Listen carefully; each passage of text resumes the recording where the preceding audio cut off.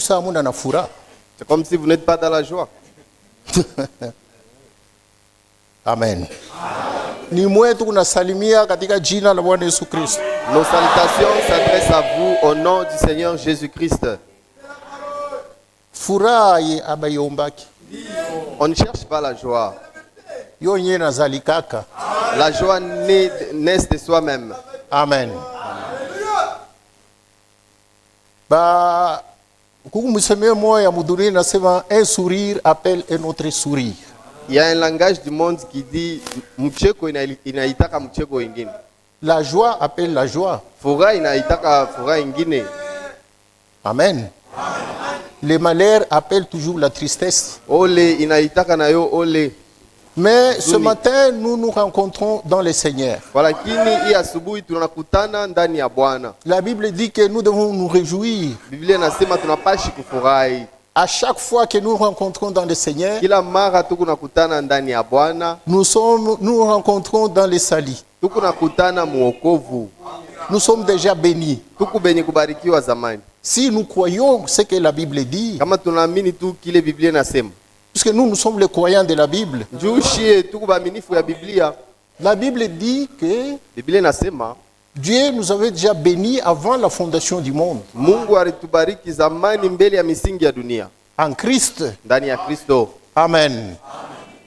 Maintenant, quelqu'un qui se trouve en Christ, Sasa mtu ule uko ndani ya Kristo, comment est-ce qu'il peut manquer la joie? anaweza kukosa furaje?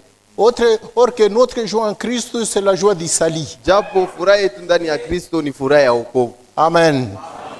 C'est pourquoi je vous salue avec joie. Ndio kwa maana mimi namlamikia na furaha. Puisque c'est dans le Seigneur que nous le faisons. Njoo ni ndani ya Bwana tu kunaifanya. Vous êtes les sœurs et les frères de Jésus-Christ. Muku banduku na badada ya Yesu Kristo. Amen.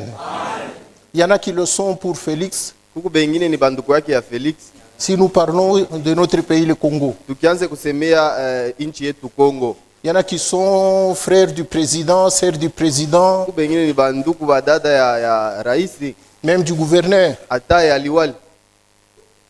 Mais nous sommes les frères et les sœurs du Seigneur Jésus-Christ. Et Dieu nous a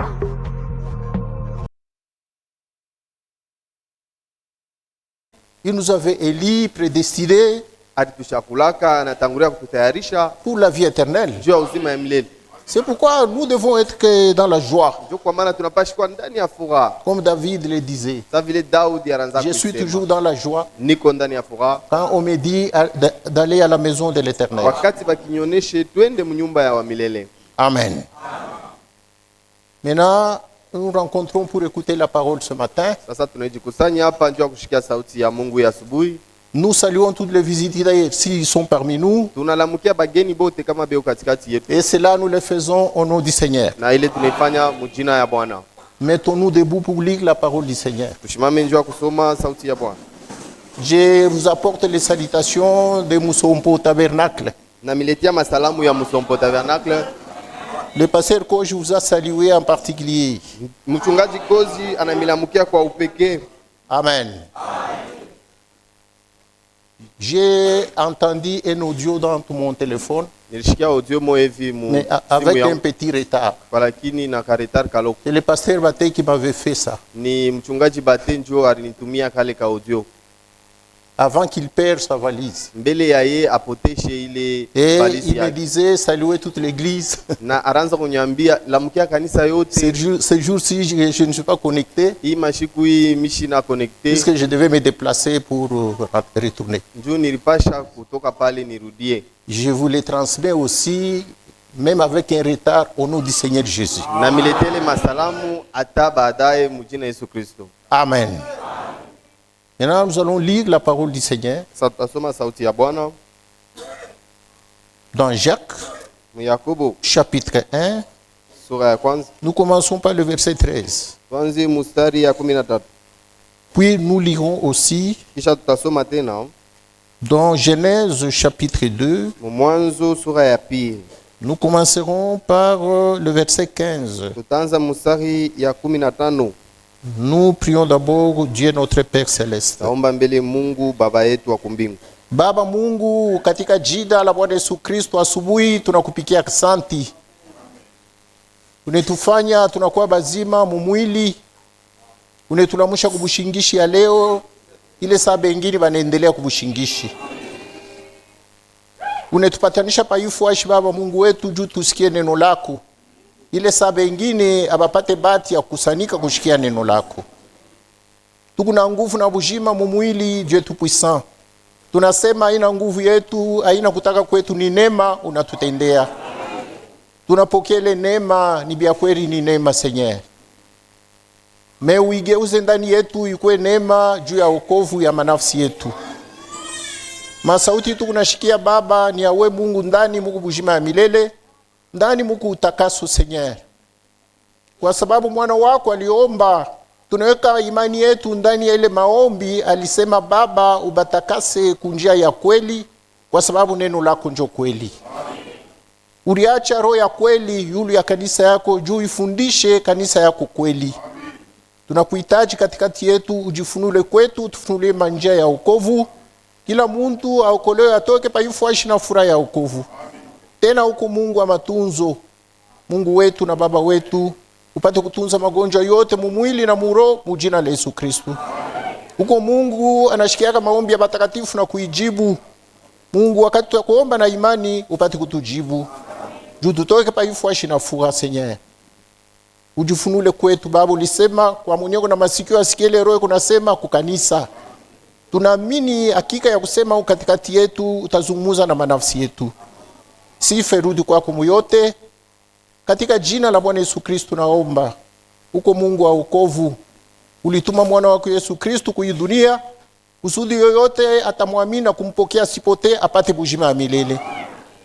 Ulo naona na ile bujima Baba umpatie bujima. Ula naona mwenye kuokolewa Mungu upate kumokola. Muntu yote mwenye kufungwa na kifungo ya shetani munamuna yo afunguliwe mujina la Yesu Kristo. Asante Baba, tunakutumainia. Sifa rudi kwako mujina la Yesu Kristo naomba. Amen. Jacques chapitre 1 verset 13. Yakobo sura ya kwanza mstari ya 13. Que personne lorsqu'il est tenté ne dise c'est Dieu qui me tente. Kusikwata mtu moya wakati anajaribiwa aseme ni Mungu ananijaribu. Car Dieu ne peut être tenté par le mal. Kwa maana Mungu ashijaribiwake na uovu. Et il ne tente lui-même personne. Na yeye peke yake ashijaribiwake muntu. Mais chacun est tenté quand il est attiré et amorcé par sa propre convoitise. Lakini kila muntu eko najaribiwa wakati anakokotewa na tamaa yake. Puis la convoitise lorsqu'elle a enfanté, lorsqu'elle a conçu, enfante les péchés. Na wakati ile tamaa inachukua mimba iko nazala zambi. Et le péché étant consumé produit la mort. Na ile zambi nayo mkukomala inatoa lufu. Bwana Mungu abariki masauti. Amen. Et Dieu bénisse ses paroles. Amen. Tunaweza kuikala. Nous pourrons nous rasseoir. Genèse chapitre 2. Mwanzo sura yake ya pili. Le verset 15. L'Éternel Dieu prit l'homme et le plaça dans les jardins d'Éden pour les cultiver et pour les garder. Wamilele Mungu akabeba binadamu na kumweka mshamba la Edeni njua ilime na itunze. L'Éternel Dieu donna cet ordre à l'homme. Wamilele Mungu akampatia shurti binadamu. Tu pourras manger de tous les arbres du jardin. Utakula kumichi yote ya bustani. Mais tu ne mangeras pas de l'arbre de la connaissance du bien et du mal. Lakini kumuchi ya ufahamu ya bizuri na bibaya usitakula. Car les jours où tu en mangeras, tu mourras. Kwa maana siku ile utakula utakufa. Amen. Le chapitre 3. Sura ya 3. Le verset 1er. Mstari ya kwanza. Les serpents étaient les plus rusés de tous les animaux du champ que l'Éternel Dieu avait fait. Nyoka alikuwa mwerevu katikati ya banyama bote ya mshamba bale wa milele Mungu aliumbaka. Il dit à la femme, Dieu a-t-il réellement dit, vous ne mangerez pas de tous les arbres du jardin? Akumwonesha mwanamke, eti Mungu alisema kweli kweli hamtakula kumichi yote ya bustani? La femme répondit au serpent, nous mangeons du fruit des arbres du jardin. Mwanamke akamujibu nyoka, tukunakula kumichi yote ya bustani. Mais quant au fruit de l'arbre qui est au milieu du jardin, Dieu a dit, Kwa lakini kuile tunda ya muti ya katikati ya bustani Mungu alisema, vous n'en mangerez point et vous n'y toucherez point, amustakulako na amustagusako, de peur que vous ne mouriez. juu mushipate kufa. Alors le serpent dit à la femme, vous ne mourrez point. Sasa nyoka akamwambia mwanamke, amustakufa. Mais Dieu sait que le jour où vous en mangerez, vos yeux s'ouvriront Kwa lakini Mungu anajua kusema siku ile mutakula macho yenu et itafunguka, que vous serez comme des dieux connaissant le bien et le mal. mutakuwa saba miungu benye kuyua bizuri na bibaya. La femme vit que l'arbre était bon à manger et agréable à la vie, Mwanamke akaona kusema muti ilikuya mwema kuikula nyenye kupendeza kumacho, et qu'il était précieux pour ouvrir l'intelligence. na ilikuwa ya damani njoo ya kufungula akili. Il prit de son fruit et en mangea. Akabeba tunda ya ile muchi na Et l'en akakula, donna aussi à son mari qui était auprès d'elle akampatia tena bwana yake ule alikuwa pembeni yake, et qui en mangea. na ye akakula. Les yeux de l'un et de l'autre s'ouvrirent. Macho ya mmoja na mwingine Ils ikafunguka, connurent qu'ils étaient nus. bakatambua kusema balikuwa uchi, Ayant cousu de feuilles de figuier, bakatunga mayani ya mtini, ils s'enfuirent des ceintures. bakajifanshia mikaba. Alors ils entendirent la voix de l'Éternel Dieu qui parcourait les jardins vers le soir. Sasa bakasikia sauti ya wamilele Mungu ile ilianza kuzunguka mubustani kumangaribi. Et l'homme et sa femme se cachèrent loin de la face de Dieu, l'Éternel, Mwanaume na bibi yake bakafichama mbali na uso ya milele Mungu au milieu des arbres du jardin. katikati ya michi ya bustani. Mais l'Éternel Dieu appela l'homme et lui dit, où es-tu? Kwa lakini wa milele Mungu akaita mutu na kusema, uko wapi? Il répondit, j'ai entendu ta voix dans le jardin, j'ai eu peur, Akajibu, mimi nashikia sauti yako mbustani, mimi nashikia boka. parce que je suis nu, je me suis caché. Njuu niko utupu na mimi nafichama. L'Éternel Dieu dit, Wa milele Mungu akasema, qui t'a appris que tu es nu? nani alikufundisha kusema uko uchi? Est-ce que tu as mangé à l'arbre dont je t'avais défendu de manger? Eti ulikula kuile muchi ile nilikukataza kula? C'est ainsi que l'homme avait péché. Njoo mwi namna muntu alitendaka nzambi. Et quand l'homme avait péché, Na wakati muntu alitendaka zambi, comme la Bible dit que le salaire du péché c'est la mort, sa vile Biblia inasema mshahara ya nzambi ni mauti. en péchant l'homme était mort. Mukutenda nzambi muntu alikufa. Il était tombé dans la perdition, dans la mort.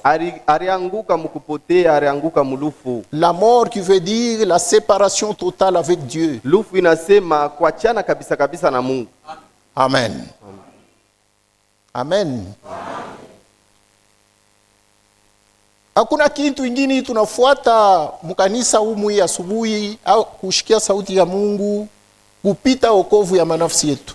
Il n'y a pas une chose que nous sommes venus suivre ici qui est au-dessus de notre salut. Amen. Wokovu ya nafsi Le salut de l'âme, inapita bintu yote. cela est au-dessus de toutes choses.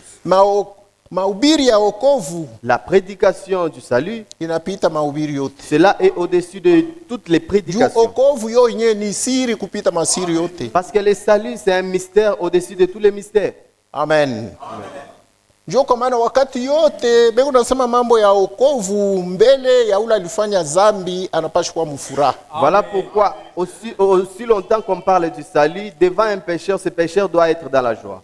Japo kama tunaangalia shebote haba hakuna ule ashikufanya zambi. Si nous regardons nous tous ici, il n'y a personne qui n'a jamais péché. Et ce qui est grave, Na ya grave haina sana, paka mambo aseme atukufanya zambi au tulifanya zambi. ce n'est pas que nous avions commis un péché ou nous n'avions pas commis le péché. Shebenye hapa tunaikala tuku matunda ya zambi. Nous tous qui sommes ici, nous sommes le fruit du péché. Amen. Tuku matunda ya zambi. Nous sommes le résultat du péché. Biblia inasema hivi, Voici ce que la Bible dit. Ephésiens, Wa Efeso. Ephésiens 2. Wa Efeso sura ya pili. Le chapitre 2, Waefeso sura ya pili. Vous étiez morts par vos offenses et par vos péchés, Mulikufaka kwa makosa yenu na kwa mazambi yenu, dans lesquels vous marchiez autrefois selon le train de ce monde, muile muranza kutembea zamani kufuatana na mashua ya dunia, selon les princes de la puissance de l'air, kufuatana na mfalme wa uwezo ya juu de l'esprit qui agit maintenant dans les fils de la rébellion. ya roho iko natenda hapa sasa ndani ya bana bapotevu. Nous tous aussi, nous étions de leur nombre, Na shie tulikuyaka katikati yabo, et nous vivions autrefois selon les convoitises de la chair, na turanza kuishi zamani kufuatana na matamaa ya mwili, accomplissant les volontés de la chair et de nos pensées. na turanza kutimiza mapenzi ya mwili yetu Et na mapenzi ya mafikara yetu. nous étions par nature des enfants de colère comme les autres. Na kwa hasira tulikuwa batoto ya kasirani sa bengine. Voilà ce que nous étions autrefois. Jo kile tulikuyaka zamani. Amen. Mais Dieu qui est riche en miséricorde, Walakini Mungu alikuwa mtajiri mrema, à cause du grand amour dont il nous a aimés, juu ya mapendo mkubwa ile alitupenda nayo, nous qui étions morts par nos offenses, sibale tulikufaka mu mankosa il yetu, nous a rendus à la vie par Christ. anetupatia buzima kupitia Kristo. Je m'arrête d'abord là-bas. Nashimamia mbe pale, Il nous a rendus tous à la vie par Christ. aliturudishia buzima kupitia Yesu Kristo. Amen. Ndio kwa maana kama tuko nasema mambo ya wokovu, Voilà pourquoi lorsque nous parlons sur le salut, inapasha kuzala ndani yako furaha. cela doit produire en toi de la joie. Kama Mungu anakufunulia aseme huku mwenye zambi, Lorsque Dieu vous révèle que vous êtes un pécheur ulizalika et muzambi, que vous êtes né dans le péché, balikuchukulia mimba muzambi, on t'a conçu dans le péché, mumatama ya mwili. selon la volonté de la chair. Amen. Kama unapata ufunulo sa ile David alipata, Si vous avez reçu la révélation comme celle que David avait reçue, utajishusha kwa macho ya vous Mungu, vous humilierez devant Dieu. utapenda wokovu sana. Vous aimerez le salut plus que tout. Namna yako ya kuomba Mungu itashange. La façon de prier le Seigneur changera même. Psalm 51. Zaburi 51.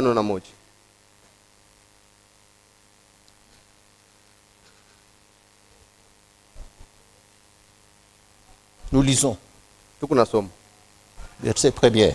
Mstari ya kwanza. Lorsque Nathan le prophète vient à lui après que David fit aller vers Beersheba, Wakati Nathan nabii alikuya kwake kisha David kwenda kule kwa Bathsheba, David a dit, Daudi anasema, ô Dieu, aie pitié de moi dans ta bonté, Mungu nishikirie huruma muwema wako. selon ta grande miséricorde, Kufuatana na rehema yako mkubwa, efface mes transgressions. jimisha mankosa yangu. Lave-moi complètement de mon iniquité Unisafishe kabisa kabisa na uovu yangu, et purifie-moi de mon péché, na unitakase na zambi yangu. car je reconnais mes transgressions Juu mimi natambua mankosa yangu, et mon péché est constamment devant moi. na zambi yangu iku yenye kushimama mbele yangu. J'ai péché contre toi seul. Nilitenda nzambi njuu yako weye, J'ai fait ce qui est mal à tes yeux, nilifanya bibaya bile binakuwa machoni pako, en sorte que tu seras juste dans ta sentence, njuu ukuwe mwenye haki mu hukumu yako, sans reproche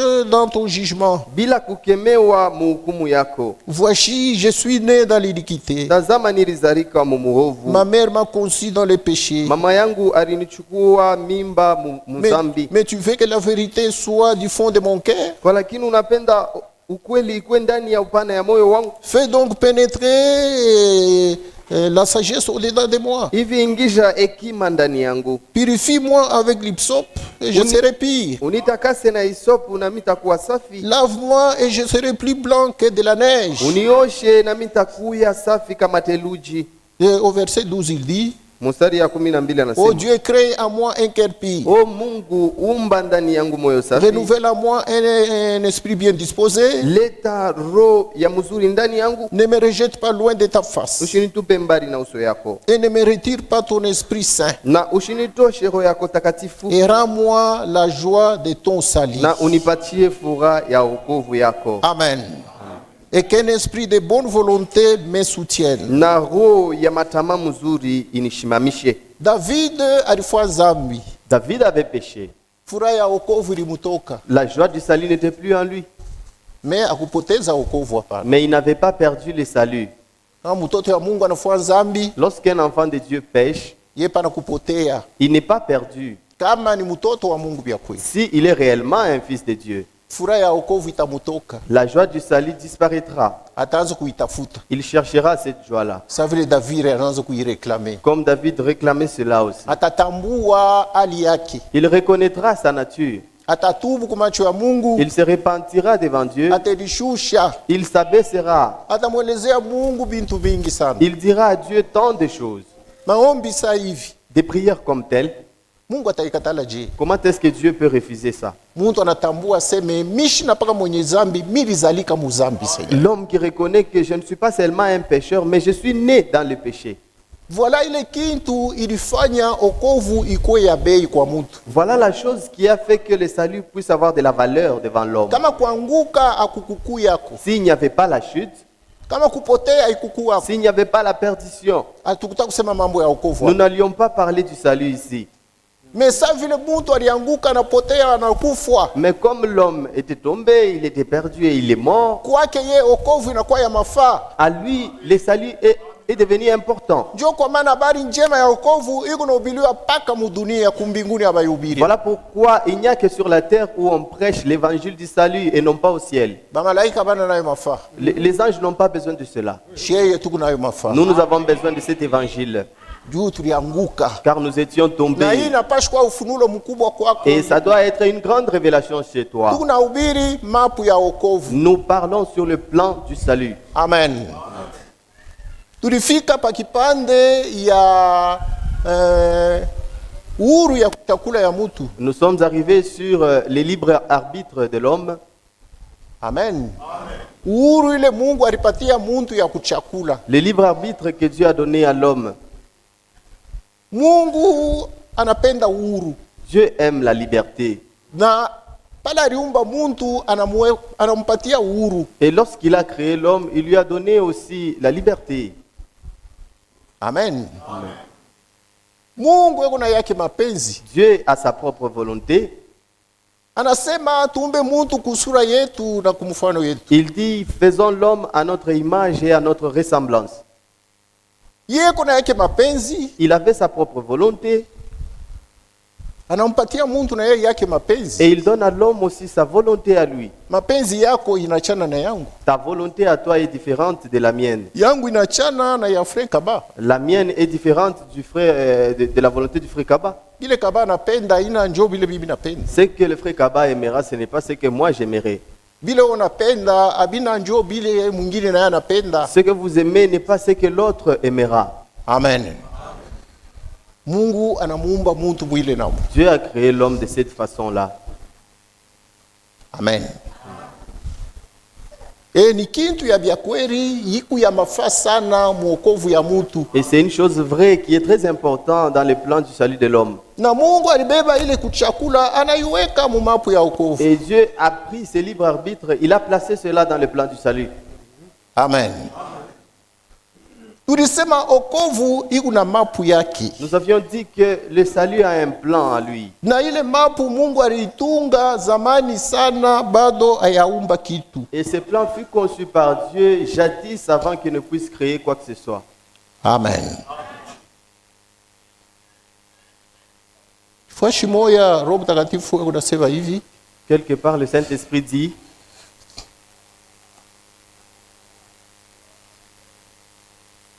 Yuri ya mambo inaangalia mapu ya wokovu. concernant le plan du salut.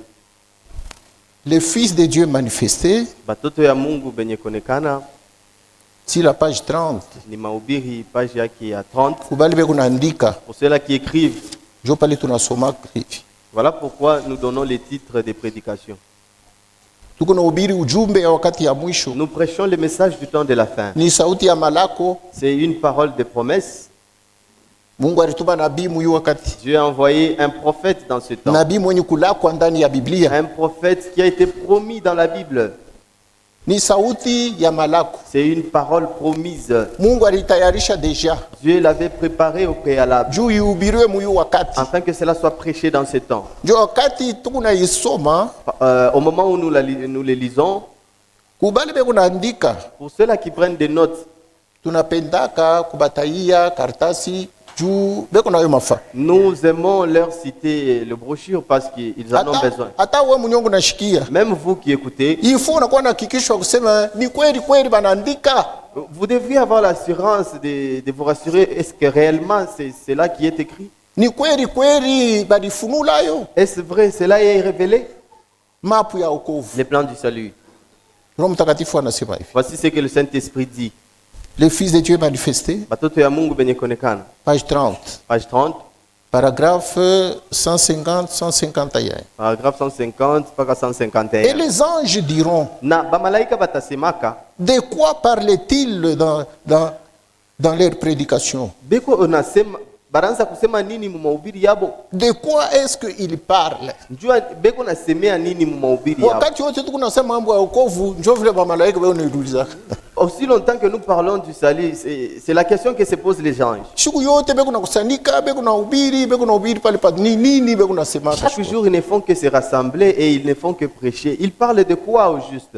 Nous en avons une si belle image dans la parabole du fils prodigue. Tuko na picha mzuri mwile mfumbo ya mwana mpotevu. Il a dit, je t'ai perdu. Alisemaka nilipoteaka. Celui-ci est mon fils. Huyu ni mwana wangu. Il était perdu. Alipoteaka. Et maintenant, il est retrouvé. Sasa hapa anaonekana. Il était mort. Et il est Alikufaka. revenu à la vie. Hapa anarudia kuzima. Amenez un veau gras. Mulete ngombe mkubwa. Munene. La plus belle robe, amenez. Ile nkanjo mkubwa ya mzuri mulete. Un anneau. Mulete na mpete. Mettez-lui au doigt. Mumweke ku bilole. Ce n'est pas étonnant que les étoiles du matin aient chanté ensemble ces jours-là Aina ya kushangaisha manyota ya asubuhi irimba ile shiku ile. et que les fils de Dieu aient poussé des cris de joie Na batoto ya Mungu balalamike malalamiko ya furaha quand ils ont vu les plans du salut de Dieu être faits. wakati balionaka mapo ya wokovu ya Mungu inafanishikwa. Et surtout, Na japo zaidi quand ils ont vu que Dieu mettait déjà leur nom dans les livres de vie de l'agneau. wakati baliona Mungu anaanza kuweka manjina yabo mukitabu kya uzima ya mwana ngondoo. Et cela était fait avant la fondation du monde. Na ile ilifanyika zamani mbele ya misingi ya dunia. Amen. Ula anasema yeye mambo ni Job. Celui qui parle de ça c'est Job. Mungu anauliza Job. Dieu pose la question à Job. Nani alikuja kupale biliumba mbingu? Qui était là lorsque j'ai créé les cieux? Amen. Pale batoto ya bufalme, batoto yangu bale miku naumba, napika mikono. Lorsque moi j'ai créé, les enfants du royaume étaient en train de pousser des cris de joie. Nani alikuja yako? Qui était là? Mungu anaanza kuelezea Job aseme, Dieu disait à Job disant, mbele yangu akuyakuyaka Mungu mwingine na kisha mimi hakutakuwa Mungu mwingine. devant moi il n'y a jamais eu de Dieu et après moi il n'y aura jamais de Dieu. Hakuna mtu anayua kule umbile litoka. Personne ne sait d'où est venue la création. Amen. Ilitoka mupensée ya Mungu. Cela est venu de la pensée de Dieu. Et la pensée est un mystère. Na mawazo ni siri. Même ta pensée à toi. Hata mawazo yako. Si tu n'exprimes pas ta pensée, Kama auionyeshe ile mawazo yako. nani atayua ile mawazo? Qui connaîtra ça? Paka Mungu. Rien que Dieu Par seul. son esprit, Kupitia roho ndio yake, anaweza kushuka sema huyu mtu mnaona eko na waza hivi muro yake. il peut descendre et vous dire, vous voyez cet homme, voici ce qu'il pense dans son cœur. Il n'y a que l'esprit de Dieu qui révèle les secrets du cœur. Ni mpaka roho ya Mungu njo inafunulaka masiri ya Qui moyo. révèle les secrets de pensée. Ikuna funula masiri ya mumawazo. Amen. Unaona vile Mungu anapenda yake kanisa. Vous voyez de la manière dont Dieu aime son église. Eko na idompte na madon. Il est en train de lui donner des dons, de Madon lui cajoler avec des dons. ya révélation. Les dons de la révélation, Ça y a prophétie. comme les dons de la Ça, il y a prophétie, discernement comme les dons des esprits. du discernement des esprits. Amen.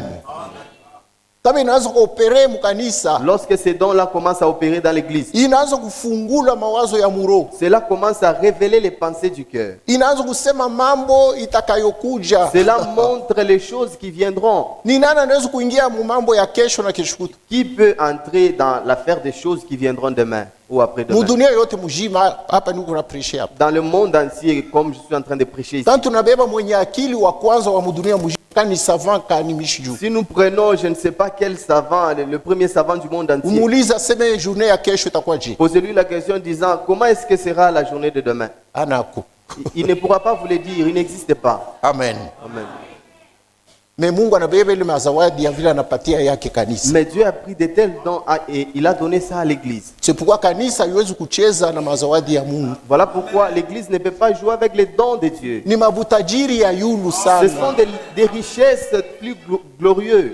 Mukucheza na mazawadi ya Mungu njo kuku natoka péché impardonnable. Lorsque vous blaguez avec les dons de Dieu, c'est là où il y a le péché impardonnable. Hiki kintu muyu wakati tukunapenda kuhubiri mzuri bibi harusi ashikie. Nous voulons mieux prêcher sur ce point afin que l'épouse de Dieu puisse comprendre. Yesu alisema Jésus avait dit, wakati ya baba bantu batamuchambula baba tahurumi. au moment du Père, les gens pourront l'insulter, et le Père le pardonnera. Wakati ya mwana bantu batachambula mwana batazarau mwana tahurumi. Au moment du Fils, les gens pourront se moquer du Fils et le Fils leur pardonnera. Me wakati Roho Mtakatifu atakuwa mukazi. Mais lorsque le Saint-Esprit sera en œuvre, Ula atachambula ile Roho Mtakatifu unafanya. c'est lui qui va se moquer de ce que le Saint-Esprit fait. Ula atazarau C'est lui qui va mépriser. atalani Mungu. Celui-là, il va maudire Dieu. Atafanya zambi ya sho usame. Il commettra un péché impardonnable. Ni wakati kani Roho Mtakatifu kwa mukazi C'est à quel moment le Saint-Esprit entre en œuvre? ni leo hapa chuna. C'est maintenant, aujourd'hui. Depuis Yesu alienda kumbinguni. Depuis que Jésus est allé au ciel, Roho Mtakatifu baramtuma mkanisa. le Saint-Esprit a été envoyé dans l'église. Ni ule Yesu moya moya alipanda. C'est ce même Jésus qui était monté. Amen. Njo anashuka sa Roho Mtakatifu C'est le même qui est descendu comme le Saint-Esprit juu ya kutawala yule ya kanisa ya. afin de régner sur son église Na juu ya kuongoza mumoya wa batoto yake. et afin de conduire chacun de ses enfants Na juu ya kutumika mumoya batumishi et yake. de travailler dans chacun de ses serviteurs. Amen. Ufunuo inatufundisha seme La révélation nous enseigne que Mungu ashikuumba muntu juu aongozwe na mtu mwingine. Dieu n'a pas créé l'homme pour être conduit par un autre homme. Mungu aliumba muntu juu ye mwenye Mungu aongoze ule Dieu muntu. a créé l'homme afin que Dieu lui-même puisse conduire cet homme. Amen. Njo kifukuzio ya Mungu. C'est ça le but de Dieu. Mungu anapatia muntu huru ya kuchakula. Et Dieu a donné à l'homme le libre arbitre. Juu kama anapenda kuchakula wokovu anachakula wokovu. Afin que l'homme, s'il veut choisir le salut, qu'il choisisse le salut. Kama anakatala wokovu anachakula kupotea. Si il refuse le salut, là il a choisi la perdition. Anatuma mwana wake wa pekee. Et il a envoyé son fils unique. Kusudi yoyote atamwamini na kumpokea asipotee. Afin que quiconque croira en lui ne puisse pas périr. Mais ula atamwamini na kumpokea apokee bujima Mais milele. que celui qui le recevra et qui le croira, qu'il puisse recevoir la vie éternelle. Anatuma batumishi yake. Il a envoyé aussi ses serviteurs. Mwendeni pahali pote mkahubiri habari njema. Allez partout dans le monde prêcher la bonne nouvelle. Ula ataamini na kubatiziwa ataokolewa. Celui qui croira et qui sera baptisé, il sera sauvé. Ula atakatala kuamini atahukumiwa. Celui qui ne croira pas, il sera condamné. Ndio mwi dunia yote tunapatikana. C'est-à-dire dans ce monde où nous sommes, Muku makunji mbili ya batu. il y a deux sortes, il y a deux groupes de gens. Bakuokolewa Il y a ceux qui sont sauvés na bakupotea. et il y a ceux qui sont perdus. Amen. Haina injustice ya Mungu Ce hapa. n'est pas l'injustice de Dieu, non.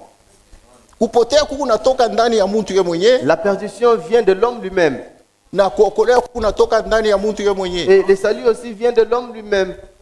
Anatuma mwana wake wa pekee. Il a envoyé son fils unique Sa zawadi ya uzima ya milele ya bure. comme étant le don gratuit de la vie éternelle. Anamufanya ule Yesu Kristu kuya mahubiri ya habari njema. Il a fait de ce Jésus être la prédication de la bonne nouvelle. Juu ule atapokele mahubiri ya habari njema na kuiamini na kuionja. Afin que tout celui qui recevra cette bonne nouvelle, la croire et l'expérimenter, Apati kuokolewa. qu'il soit sauvé. Njo kwa maana Voilà pourquoi unaokolewa vous êtes sauvés wakati Yesu ekunejifunula kupitia zawadi au yake. moment où Jésus se révèle par son don. Amen. Katikati ya we mwenye kuokolewa na Mungu, Entre toi qui es sauvé et Dieu, Mungu anaweka hapo zawadi yake moja. Dieu y a mis un don. juu ifunule wokovu. afin que ce don révèle le salut. Kama unaamini ile ufunulo ya wokovu, Si vous croyez à cette révélation du salut, unaokolewa. là vous êtes sauvés. Kama unakatala ile ufunulo, Si vous rejetez cette révélation, unapotea. là vous êtes perdus. Kama unadharau Si zawadi, vous méprisez les dons, unapotea. vous êtes perdus. Amen. Juu hatuwezi kucheza na zawadi ya Voilà Mungu. pourquoi nous ne pouvons pas blaguer avec les dons de Dieu. Amen. Hata parler en langue Même le parler en langue, haina ya kudunia, ni ya kumbinguni. cela n'est pas du monde, il est du ciel. Amen.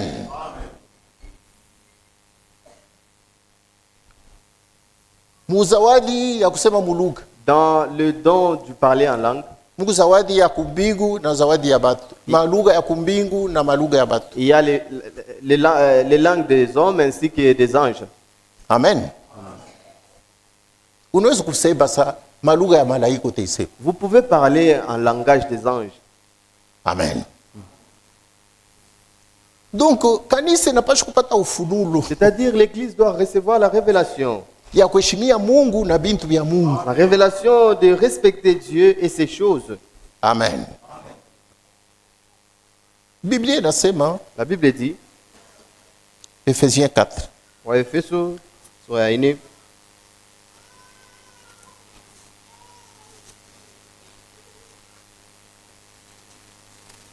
Efesiens 4, Waefeso sura ya 4,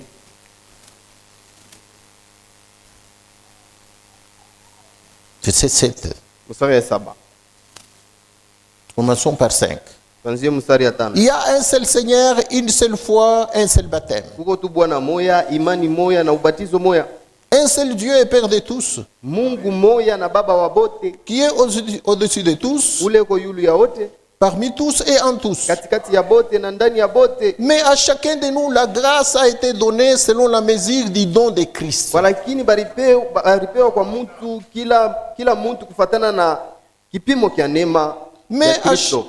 Mais à chacun de nous, Walakini kwa mmoja wetu la grâce a été donnée neema ilipewa selon la mesure du don de Christ. kufuatana na kipimo ya zawadi ya Kristo. Mais à chacun de nous, Kwa kila mmoja wetu, il n'est pas dit seulement aux ministres. abaseme ni mpaka kwa batumishi. Chacun de nous Kwa kila mmoja, est un don de Dieu. kila mmoja wetu ni zawadi ya Mungu. Tu es un Dieu et tu es un don que Dieu nous a donné. Uko zawadi ile Mungu alitupatia.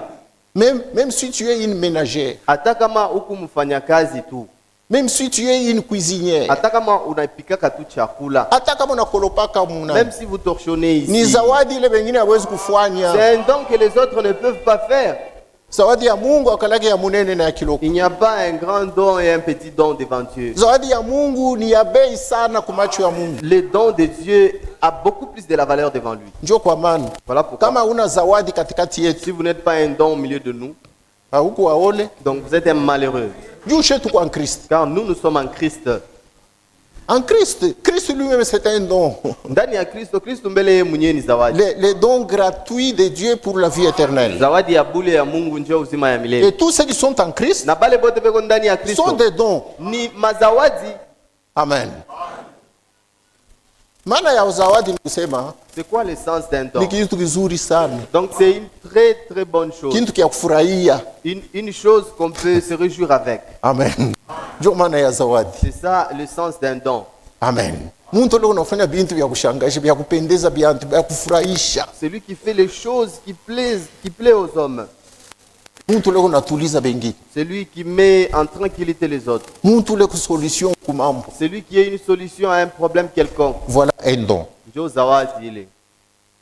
Mais à chacun de nous, Sasa kwa kila mmoja wetu, la grâce a été donnée selon la mesure du don de Christ. neema ilipewa kufatana na kipimo C'est pourquoi il est dit, ndio kwa maana inasema étant monté en haut, il a amené des captifs mkupanda juu alipeleka bafungwa et il a fait des dons aux hommes. na alileta mazawadi kwa watu. Or, que signifie il est monté, sinon qu'il est aussi descendu dans les régions inférieures de la terre? Japo inasema nini wakati alipanda, bali alishuka na mufashi ya chini sana. Celui qui est descendu, c'est le même qui est monté de tous les cieux, ule alishuka njo ule alipanda yule wa mambingu yote afin de remplir toutes choses. njuu ajaze kila kintu, Et il a donné les uns comme apôtres, les autres comme prophètes, na alileta bengine sawa mitume, bengine sawa nabii, les autres comme évangélistes, les autres comme pasteurs et docteurs, bengine sawa bainjilisi, bengine sawa bachungaji, sawa balimu, pour le perfectionnement des saints, njuu ya ukamilifu ya batakatifu, en vue de l'œuvre du ministère kukazi ya huduma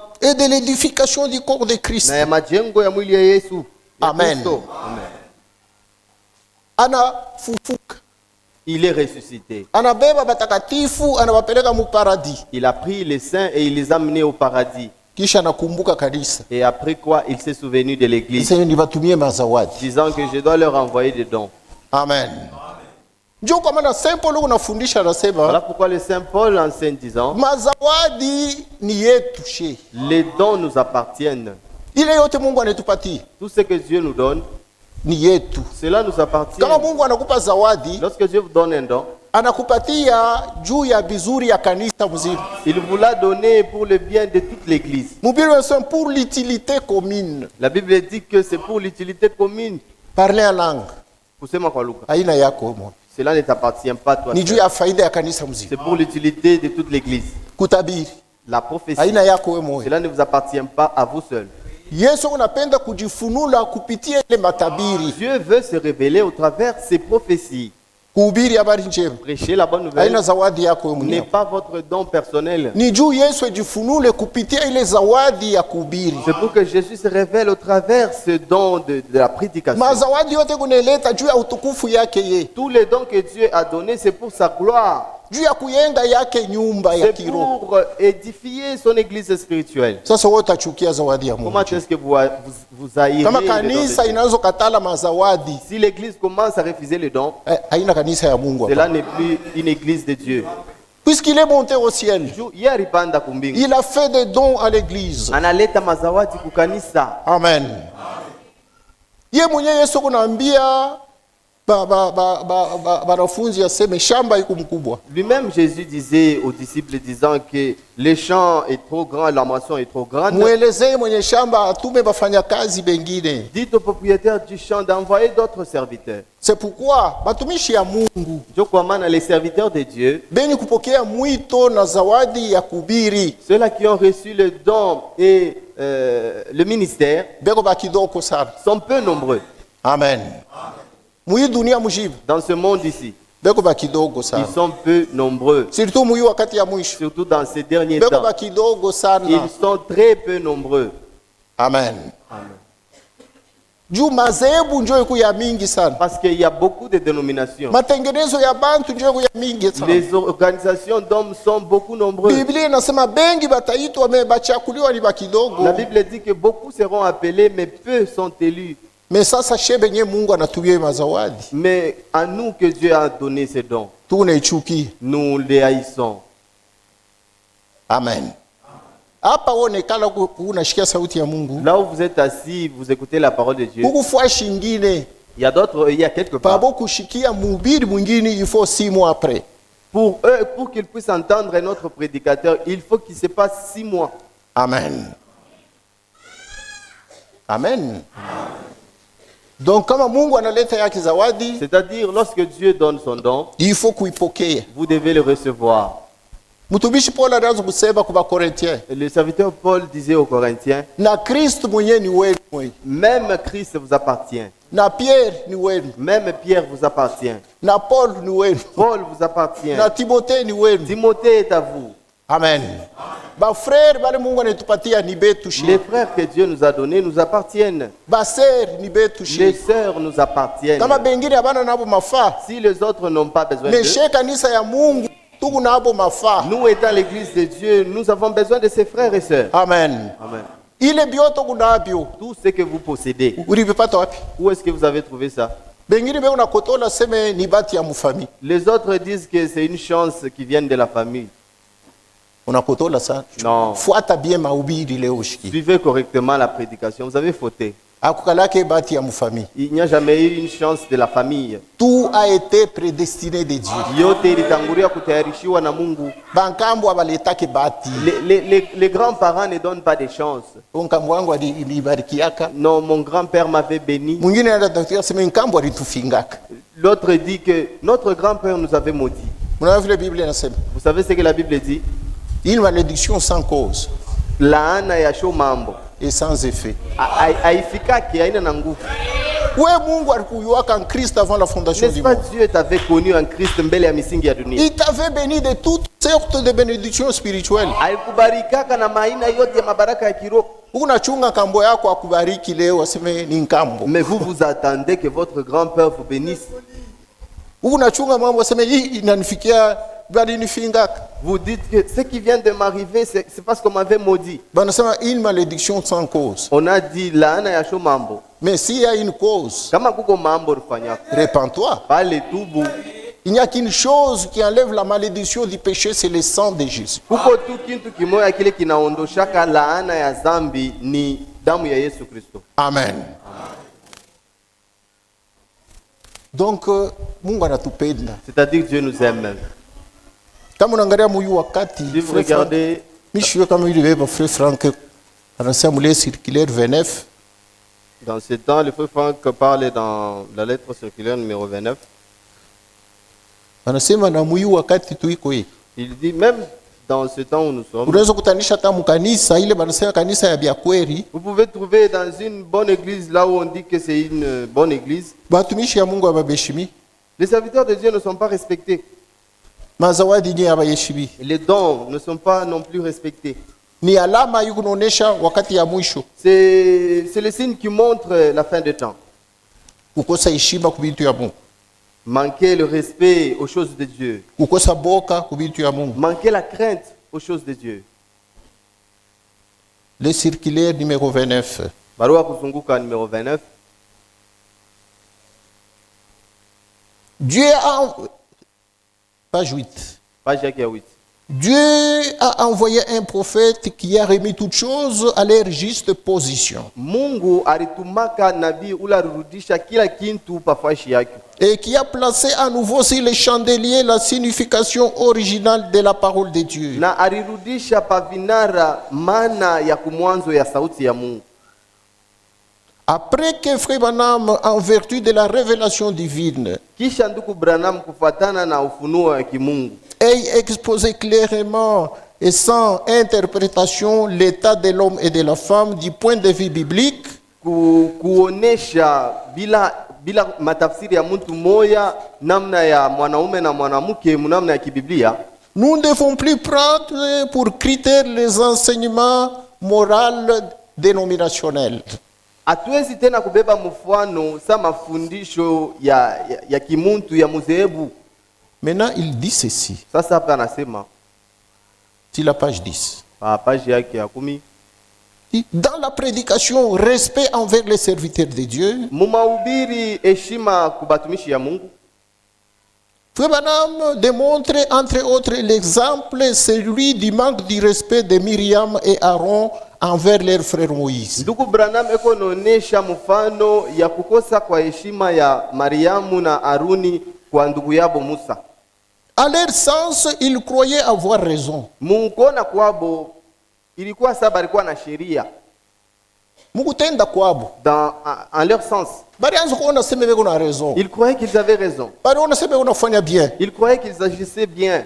Mais ils ne comprirent pas, comme le dit Frère Branham, Walakini abakuelewake sa vile ndugu Branham alisema que Dieu se tenait derrière ce que Moïse avait fait. ya kusema Mungu anaanza kushimamia bile vyote Musa alifanyaka. Ils ne comprenaient pas que l'appel de Dieu ne dépend pas des circonstances de la vie naturelle d'un homme. Abelewa kusema mwito ya Mungu ayangari yake mamambo ya muntu ile kunamfikia. Ils ne pouvaient pas comprendre ça. Abakuwezi kuelewa ile. Amen. Quand Dieu appelle son serviteur, Lorsque Dieu eko naita mtumishi wake, il ne regarde pas aux circonstances de sa vie naturelle. ashangari yake kuma mambo ya maisha yake ya pabulongo hapo. C'est ça Dieu. Njo Mungu ule. Jo komane kona batumishi ya Mungu alibaita bakuachana chana. Voilà pourquoi il a appelé différemment les serviteurs de Dieu. Ba maali ya kuachana chana. Ils ont diverses natures. Ba maisha ya kuachana chana. Ils ont diverses vies. Maisha ya bumuntu. La vie naturelle. Njo ile likosaka Aaron na Miriam kuelewa. C'est ce qui a échappé à Aaron et à Myriam de comprendre. Il continue, il dit. Anaendelea anasema. Dans la prédication regardant Jésus, Frère Branham parle des circonstances dans lesquelles le Seigneur a puni aussitôt Sir Branham. Ndugu Branham yuko nasema mu mahali ile Bwana Mungu alipika kwa nguvu ule dada Branham pour un manque de respect à l'égard de son mari. Njoo alimkoseaka adabu bwana yake. Sir Branham avait seulement claqué la porte devant son mari. Dada Branham alifungaka tu mulango kwa nguvu mbele ya bwana yake. Anafungula mulango anaipika nguvu. Il ouvre seulement la porte, il les claque. Vile makati ngiri munashirikaka. Des fois lorsque vous vous énervez, bwana anakuambia mambo. Le mari te dit quelque chose. We olia kujibu unapika tu mulango nguvu unatoka. Au lieu de répondre, vous claquez seulement la porte et vous partez. Ndio vile alifanyaka. C'est ce que la sœur Branham avait fait. Et frère Branham raconte ça dans la prédication. Et le frère Branham avait raconté cela au mahubiri. Mungu ndio alimwambia sema hii mambo. C'est Dieu qui lui avait dit d'en parler sur ça. Amen. Et frère Branham raconte cela. Na ndugu Branham eko nasema ile mambo ile. Pour un manque de respect à l'égard de son mari, il a fait cela. Jutu ya kukosa adabu kwa bwana yake alifanya vile. Sir Branham avait seulement claqué la porte devant son mari. Ule dada Branham alipika tu mulango nguvu lequel n'y avait d'abord pas vraiment pris garde. Ashikutiraki attention na ile mambo ile. Il dit dans cette prédication. Anasema mule mahubiri. Cependant, le Saint-Esprit ne laissa pas passer cela. Comme moi, Branham, je sortais, le Saint-Esprit m'a dit, va et dis-lui qu'elle lise la parole de Nombre 12. J'ai rentré, pris la Bible et lis. C'était l'endroit où Myriam, la prophétesse, se moquait de son frère Moïse. Amen. Parce qu'il avait épousé une femme éthiopienne. Cette façon de faire déplie Dieu. Il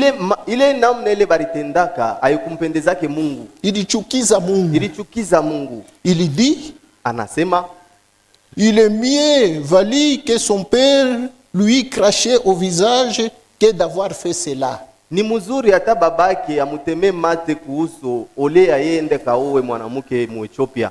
Amen. Mungu asebe. Dieu dit. Ile kitendo wanafanya ile. L'acte qu'ils avaient commis. Kama baba yake anakuya anamutemea mate pauso. Si son père venait et lui crachait sur son visage. Ile kitendo inakuwa kuna mzuri. Là, cet acte-là est un peu bon. Kuliko kuzarau wangu mtumishi. Au lieu de mépriser mon serviteur. C'est ce que Dieu avait dit. Donc, pourquoi Mungu anafanya hivi? Pourquoi Dieu avait fait ça? On n'a pas dit que les serviteurs de Dieu sont des dieux, vous devez les adorer. Ce sont des frères. Grand frère wako mwili, peut-être oncle. Il peut être votre grand frère dans la chair ou un oncle. Amen. Mais si seulement Dieu l'appelle au ministère, il a retiré de votre famille. Il a retiré de votre tribu. Amen. C'est comme Gershon est là. Il doit faire attention devant Baté. Il n'est pas seulement devant son père. Il est aussi devant un serviteur de Dieu. Amen. C'est comme ça que Dieu est. Les frères charnels de Baté, ils doivent savoir qu'il n'est plus de notre tribu. Il n'est pas congolais. Il n'est pas, je ne sais pas de quelle tribu. Dieu les a enlevés de là et les a placés dans une haute instance. Amen. Mais il faut kanisa ielewe ile mambo njoo.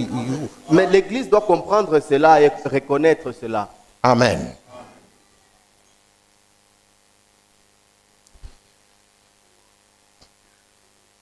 Dans ces temps comme jamais auparavant, nous trouvons un manque de respect parmi les gens. Cela se rapporte dans tous les domaines de la vie. Que ce soit devant les autorités, devant l'État, devant Dieu et sa parole, devant les parents dans les écoles, et à l'égard des ministres dans l'église. C'est à cause de cela que l'église se trouve dans la condition que Frère Branham a décrite. D'une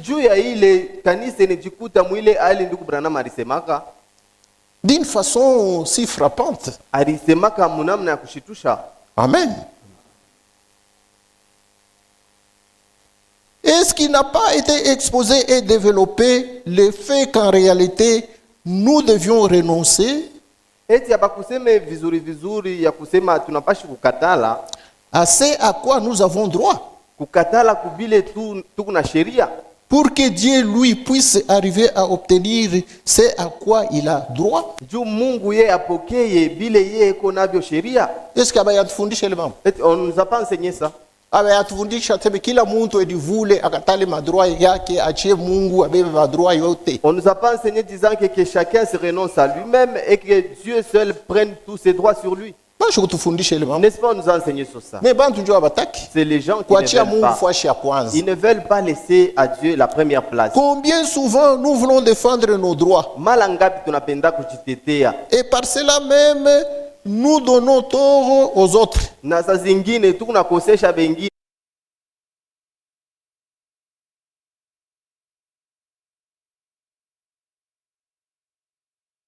Dit parler et manque du respect vis-à-vis de Dieu. Le manque du respect est la révolte de Corée et Dathan. Et de tous ceux qui étaient sous leur influence. N'était-il pas un manque de respect et révolte contre Dieu? Quand donc respecterions-nous l'ordre divin? Quand est-ce que nous allons y intégrer? Même les frères dans les ministères, dans ces temps, d'une manière tellement dégradante, que cela ne s'est jamais vu auparavant. Les anciens de l'église, qui méritent de recevoir un double honneur, comme le dit les Écritures, sont dégradés aujourd'hui et considérés comme rien. Et ces gens qui font cela se demandent encore dans l'église. Où est donc maintenant l'église? Amen. Amen. Pendant ce temps, ces derniers temps, il n'y a plus de respect de la révélation. Cela ne concerne pas ceux du dehors. Amen. En dehors, il n'y a pas les anciens. C'est dans l'église locale où il y a les anciens. Dehors, il n'y a pas de ministère. Les ministères que Dieu a donnés se trouvent dans l'église. S'il y a le manque du respect devant les anciens et les ministres, c'est dans l'église. C'est un esprit de l'âge. Un manque de respect total. Et quand il n'y a pas de respect, il ne peut pas même y avoir de la crainte de Dieu. Et comment est-ce que l'église sera préparée?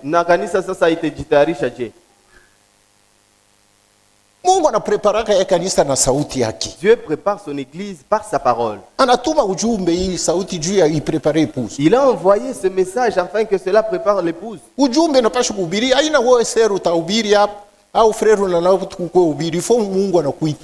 Ce n'est pas quiconque qui peut venir prêcher. Il faut que Dieu vous appelle pour ça. Mungu asitaita ule wewe unapenda. Dieu n'appellera pas celui que vous voulez. Jamais. Kanisa izalaki bahubiri. L'église n'enfante pas les prédicateurs. Kanisa ifanyaki bahubiri. L'église ne produit pas les prédicateurs, ne forme pas les prédicateurs. Kanisa itumaki bahubiri. L'église n'envoie pas les prédicateurs. Ni Roho Mtakatifu kuna baita. C'est le Saint-Esprit qui les appelle. Anabachakula. Il les choisit. Anachakula ula anapenda. Et il choisit qui il veut. Wewe fanya ikaji, wewe fanya ikaji, wewe fanya. Toi viens, tu vas faire ça. Toi viens, tu vas faire ça. Tunapaswa respecter l'équipe. Nous devons respecter cela. Kama tunapenda kujiprepare kwenda kwa enlèvement. Si nous voulons réellement nous préparer pour aller dans l'enlèvement. C'est ça la voie de Dieu. La voie pourvue par Dieu. C'est sa parole. C'est le message dans notre temps ici. Amen. Ce n'est pas que vous rejetez le don. Nous vous prêchons seulement la parole de Dieu. Car si vous continuez à pratiquer les bonnes choses, continuez à les faire. Si vous restez dans l'ignorance, mon peuple est détruit parce qu'il manque la connaissance de la parole. La Bible dit que taifa yangu kuna bomolewa njoo inakosa ufahamu ya neno ya Mungu. Mais kama uonesha kupata ufahamu ya Mungu, mais si vous avez reçu la connaissance de Dieu, utatembea mzuri, vous marcherez correctement, na Mungu atakubariki, et Dieu vous bénira. Mais kama wewe una na ile ufahamu, mais si vous n'avez pas cette connaissance, utatembea mubaya, vous marcherez, vous ne marcherez pas bien. Maana na bei ya kila kitu Mungu unaleta. Nous devons connaître la valeur et l'importance de chaque chose que Dieu nous donne. Amen. Amen. Masiri ya Mungu mbele ya kuishiki. Les mystères de Dieu avant que vous puissiez les entendre, il faut que Dieu envoie les ministères. Ya kila butumishi kuna yake kazi. Chaque ministère a son rôle. Pale tu unasema mambo ya mapu ya wokovu. Lorsque nous parlons sur le plan du salut, ni siri mkubwa mu Biblia. C'est un grand mystère dans la Bible. Ile mtu yoyote ya kufunula. Donc personne, n'importe qui ne peut venir révéler cela. Amen. Tutasoma. Nous allons lire.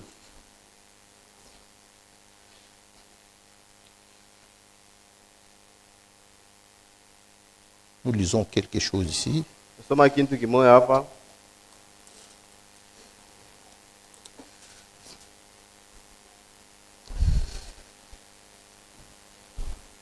Nous lisons le frère Franck.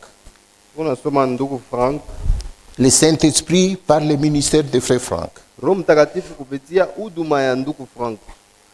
Les circulaires. Septembre 1972. Septembre 1972. C'est la page 3. Nous lisons.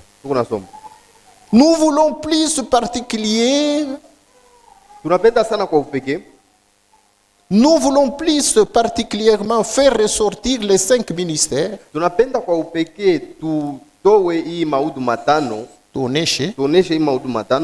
Et l'institution des anciens.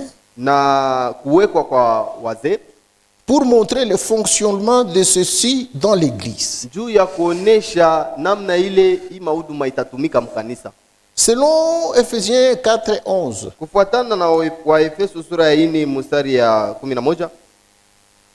Et 12. Dieu a placé dans l'église les apôtres, les prophètes, les évangélistes. Des pasteurs, des docteurs. Ces 5 ministères sont destinés à édifier le corps de Christ et à conduire les saints à devenir habiles dans la pratique du service de l'église.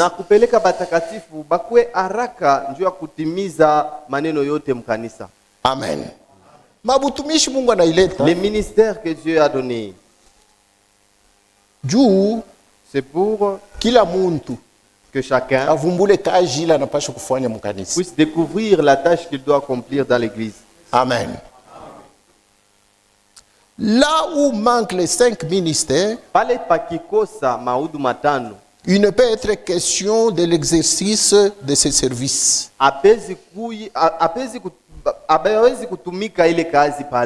ni de l'édification du corps de Christ. Wala kujenga mwili ya Kristo Pa pale. ile fwashi ile mabutumisha haitumiki. Là où il n'y a pas ces 5 ministères, Kuyengwa kwa mwili ya Yesu Kristo il ne hakutafanikana. peut pas y avoir l'édification du corps de Christ. Na zawadi ile Mungu aliweka ndani ya batakatifu haitaonekana pa. Et même le don que Dieu a placé dans les saints ne peut pas se révéler. Dieu a donné ces 5 ministères à l'ensemble de l'église. Mungu alileta hii maudu matano kukanisa yote mzima. Et c'est pourquoi il faut un appel divin pour l'exercer. Njuu inabidi mwito ya kimungu njuu upate kutumika mwile kazi. Aucun apôtre, prophète, évangéliste ou pasteur ou docteur Hakuna nabii hata moya wala apotre wala mchungaji wala injilisi ne peut être appelé et élu par une église. ashezi kuitwa na mwenye kuchakuliwa na kanisa mwa fulani. Amen. C'est Dieu qui appelle, Ni Mungu njoo et anaitaka c'est Dieu qui envoie. na ni Mungu njoo Il faut anatumaka. que ces 5 ministères travaillent dans le corps Inabidi ile maudu matano itumike mumwili pour vous faire entrer aussi en service, njuu ya kumingisha na mwemu kazi. pour que votre don se révèle par le Saint-Esprit, Njuu zawadi yenu nayo ionekane kupitia Roho Mtakatifu. pour que l'église soit édifiée, Njuu kanisa ijengewe. pour que les saints soient perfectionnés. Njuu batakatifu bapate kukamilishwa. Il faut l'opération de ces 5 dons. Inabidi ile maudu matano itumike. Là où ces dons ne travaillent pas, Pale hii maudu matano il n'y aura haitumike. pas question de toutes ces histoires Hii ici. bintu vyote hivi abisa kuyako. Ceci ne concerne pas une dénomination. Hii hayangalie madhehebu hapana. Ceci concerne le corps de Christ. Hii inaangalia mwili ya Yesu Kristo. Amen.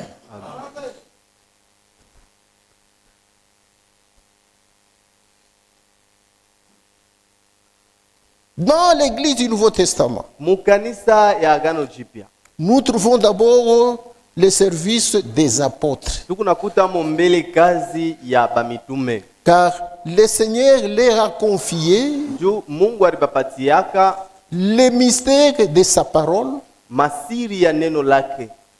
tout ce qui avait été révélé aux prophètes de l'Ancien Testament, Bile byote bilifunuliwaka kubanabii mu Agano la Kale. en ce qui concerne l'histoire d'Isali. Kuile nangaria hadisi ya wokovu. Nous le voyons s'accomplir au cours des âges de l'Église du Nouveau Testament. Tukuna biona biko natimilika kadiri ya manyakati ya kanisa ya Agano Jipya. Les apôtres avaient une vie particulièrement pénétrante de l'œuvre d'Isali de Dieu. Ba mitume balikuwa na maisha moya inesha ingia sana mu maisha ya Mungu. Non, une vie, Uzima. un regard. Kuona. Amen. Les apôtres avaient une vie particulièrement pénétrante Ba mitume balikuwa na kuona kwa upana sana de l'œuvre d'Isali de Dieu. ya kazi ya okovu ya Mungu. Et ils avaient reçu de lui la mission de communiquer à l'Église Na balipokeaka kutokea Bwana kazi ya kusema kukanisa ce que le Seigneur leur avait donné. bile Bwana alibapachia kusema. Amen. Kumambo inaangalia mapu ya okovu. Sur ce qui concerne le plan du salut. Kumambo inaangalia okovu. Sur ce qui concerne le salut. Bale Mungu alitumika nabo munamuna upekee ni babitu. Ceux-là dont Dieu a œuvré avec eux d'une manière particulière, c'est Mhubilio les yabo juu ya apôtres. okovu iliachana na batumishi wote bengine. Leur prédication concernant le salut était différente des autres. Bo Mungu alibapatia kuona kwa mbali na kushikia siri ya okovu. Dieu leur a donné une vie particulière concernant la compréhension du salut. Amen. Amen. Mais yulu ya mwalimu abaseme hivi. Mais on n'a pas dit ceci sur les docteurs. Yulu ya wakupasha habari njema abaseme hivi. On n'a pas dit cela sur l'évangéliste. Amen. Mwalimu na ye eko na upekee yake panesema. Et le docteur aussi a sa particularité. Mchungaji na ye eko na upekee yake panesema. Le pasteur aussi a sa particularité qui est dit là. Il continue. Et qu'on endeleshe. Sur la page 8. Page 8. Et le service d'un apôtre Anasema kazi ya mutume consiste en grande partie à aller sur le champ de mission kipande kinene ni yaye kwenda mukazi ya huduma ya kubiri. non seulement pour y prêcher l'évangile, Hapana kwenda tu kubiri injili, mais Comme c'est le cas pour les évangélistes, non. Lui ne va pas seulement pour prêcher l'évangile, non. Mais c'est pour y rester à un endroit jusqu'à ce qu'une église prenne naissance. Et que les anciens puissent y être établis. Ça, c'est le travail d'un apôtre. D'abord, on lui donne une vie perçante sur le plan d'Isali.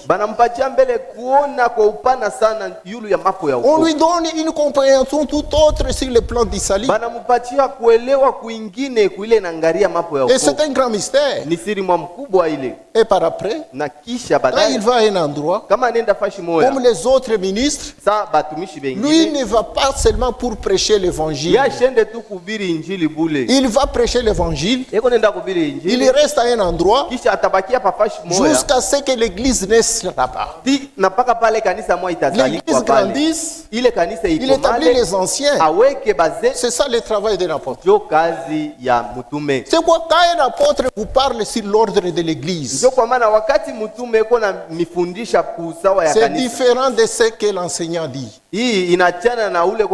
C'est différent de ce qu'un pasteur dit. Même de ce qu'un évangéliste dit.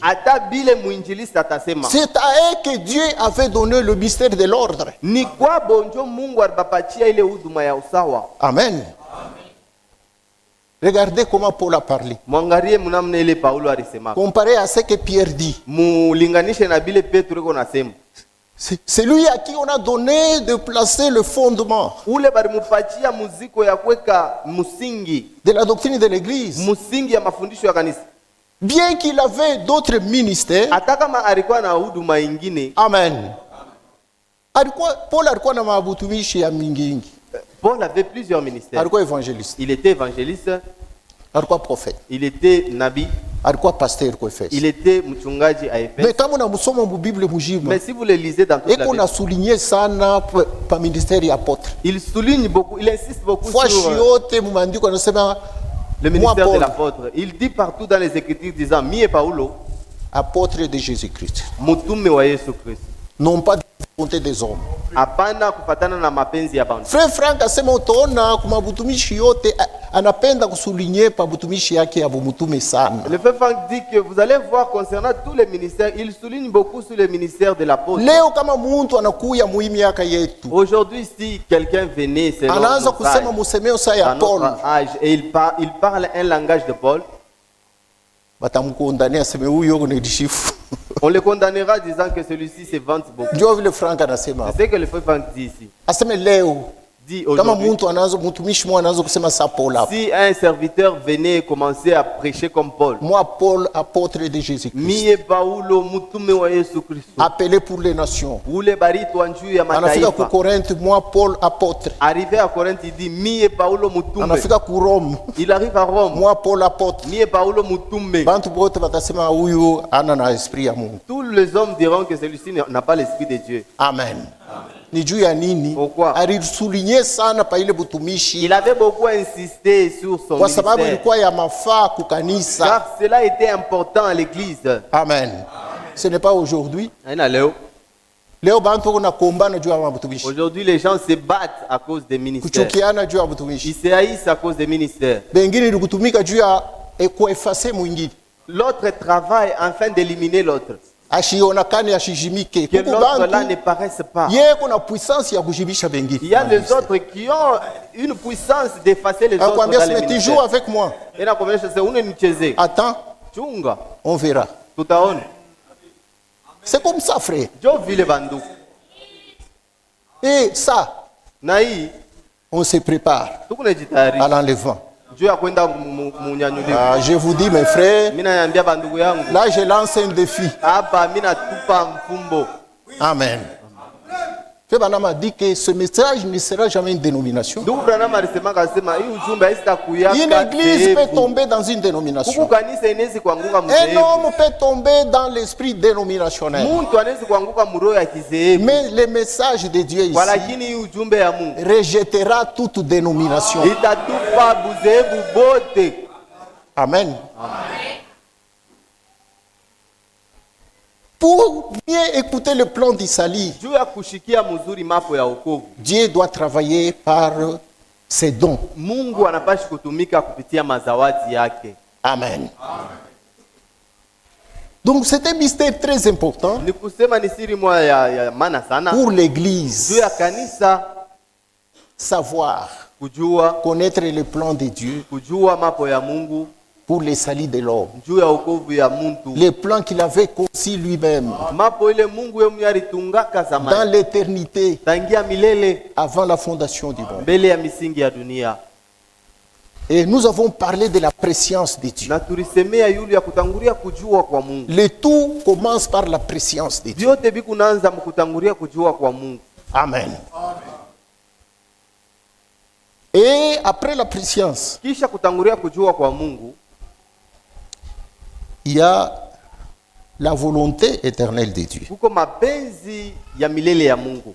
Merci frère. Merci.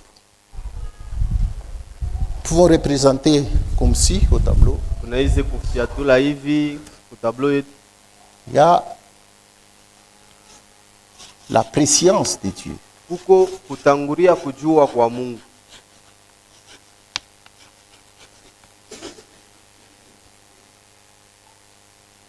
Préscience de Dieu.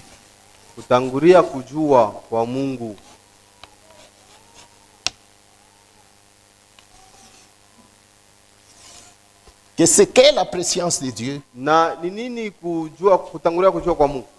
Amen. La préscience de Dieu et la préconnaissance de Dieu, c'est ce que nous appelons la préscience. La préscience, c'est-à-dire connaître d'avance toutes choses. Voir d'avance toutes choses avant que cela ne puisse s'accomplir. Vous et moi, nous sommes des êtres humains. Nous n'avons pas cette faculté. Dieu a cette faculté. C'est ce qui a fait de lui être Dieu. Il n'y a pas moyen de demander où est-ce qu'il a tiré cette préscience. Amen. Dieu est infini. Lui, il est. Amen. C'est lui qui t'a créé. C'est lui qui sait d'où tu es venu et d'où tu termineras. Toi, tu ne peux connaître son début ni sa fin. Il a refusé que nous puissions connaître cela. C'est pour sa gloire uniquement. Il dit ce qui est révélé. Cela est à vous et à vos enfants. Ce que je cache, c'est pour ma gloire. Amen. Comme Dieu possède la préscience,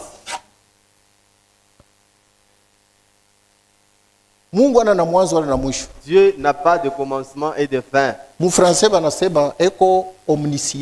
En français, on dit que ni omniscient.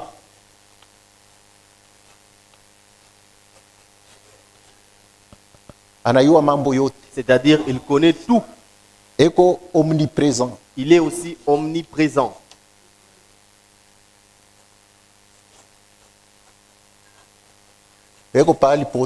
Lui, il est partout. Omnipotent. Lui, il est omnipotent.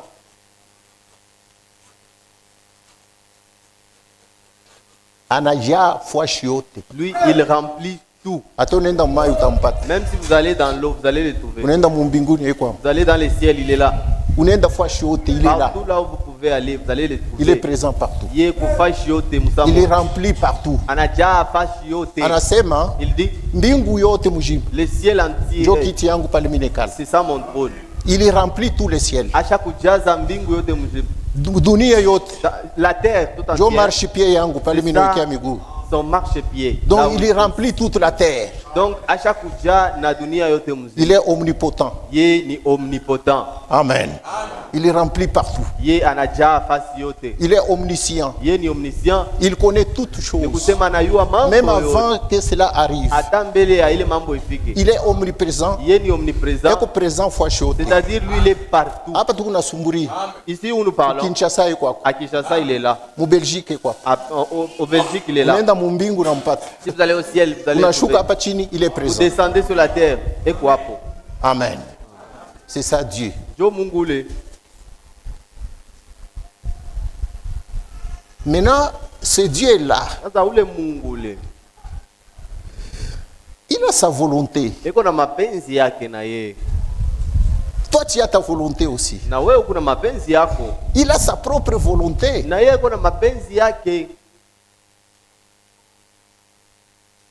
C'est une grande chose.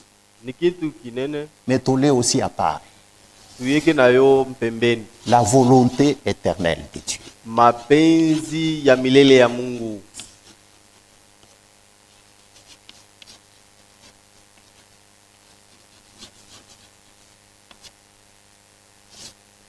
Amen. Amen. Mbele ya ye kuumba ta. Avant qu'il ne puisse créer, eko ibi. Il avait ça. Eko na yake mapenzi. Il a sa propre volonté.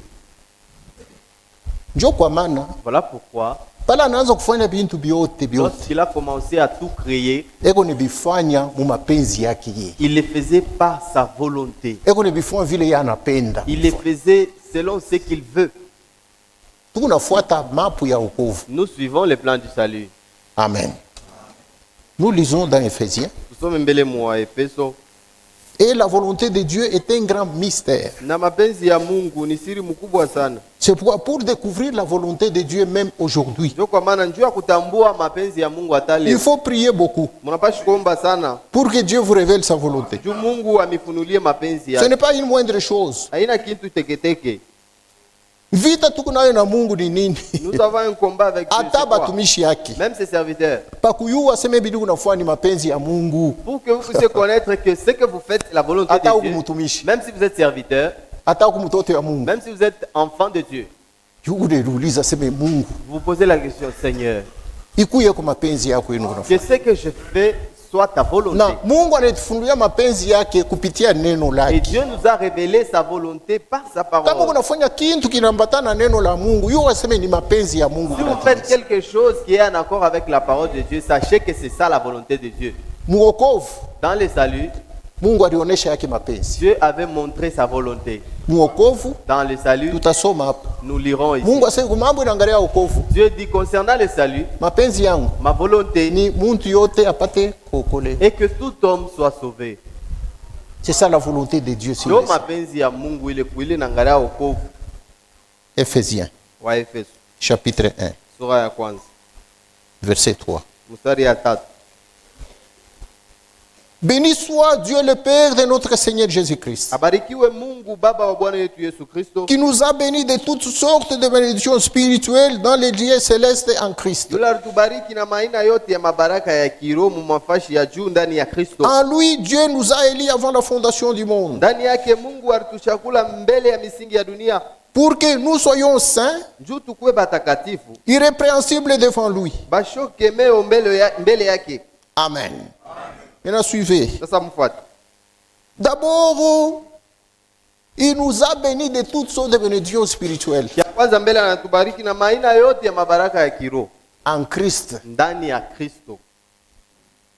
Donc, Christ, lui, c'est-à-dire Christ, il n'a pas commencé avec la création. Christ, lui, était déjà. Amen. Maintenant, Dieu nous a bénis tous en Christ avant la fondation du monde. Il nous a même élis avant la fondation du monde. Il nous a élis pourquoi? Pour que nous soyons des saints. Et pour que nous soyons irrépréhensibles devant lui. Ça, c'est l'élection. Maintenant, la prédestination. nous ayant prédestinés dans son amour alitangulia kututayarisha ndani ya mapendo yake à être ses enfants d'adoption. tukwe batoto yake bakubaliwa Bariti. bariti. L'adoption, c'est l'héritage. Amen. Amen. Amen. Uriti, adoption ni uriti.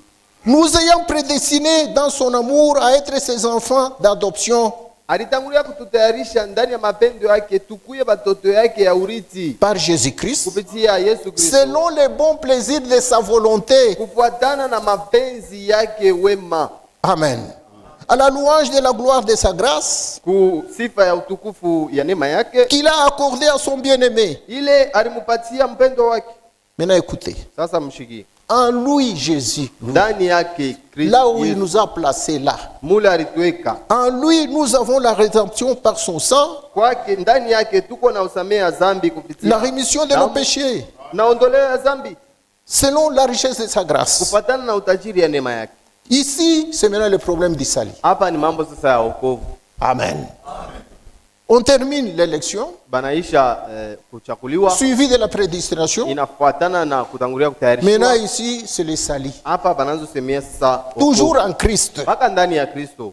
Que Dieu a répandu abondamment sur nous Ile Mungu alimwanga kwa utele yule yetu par toute espèce de sagesse et d'intelligence. kupitia maina yote ya hekima na ya akili. Maintenant, suivez 9.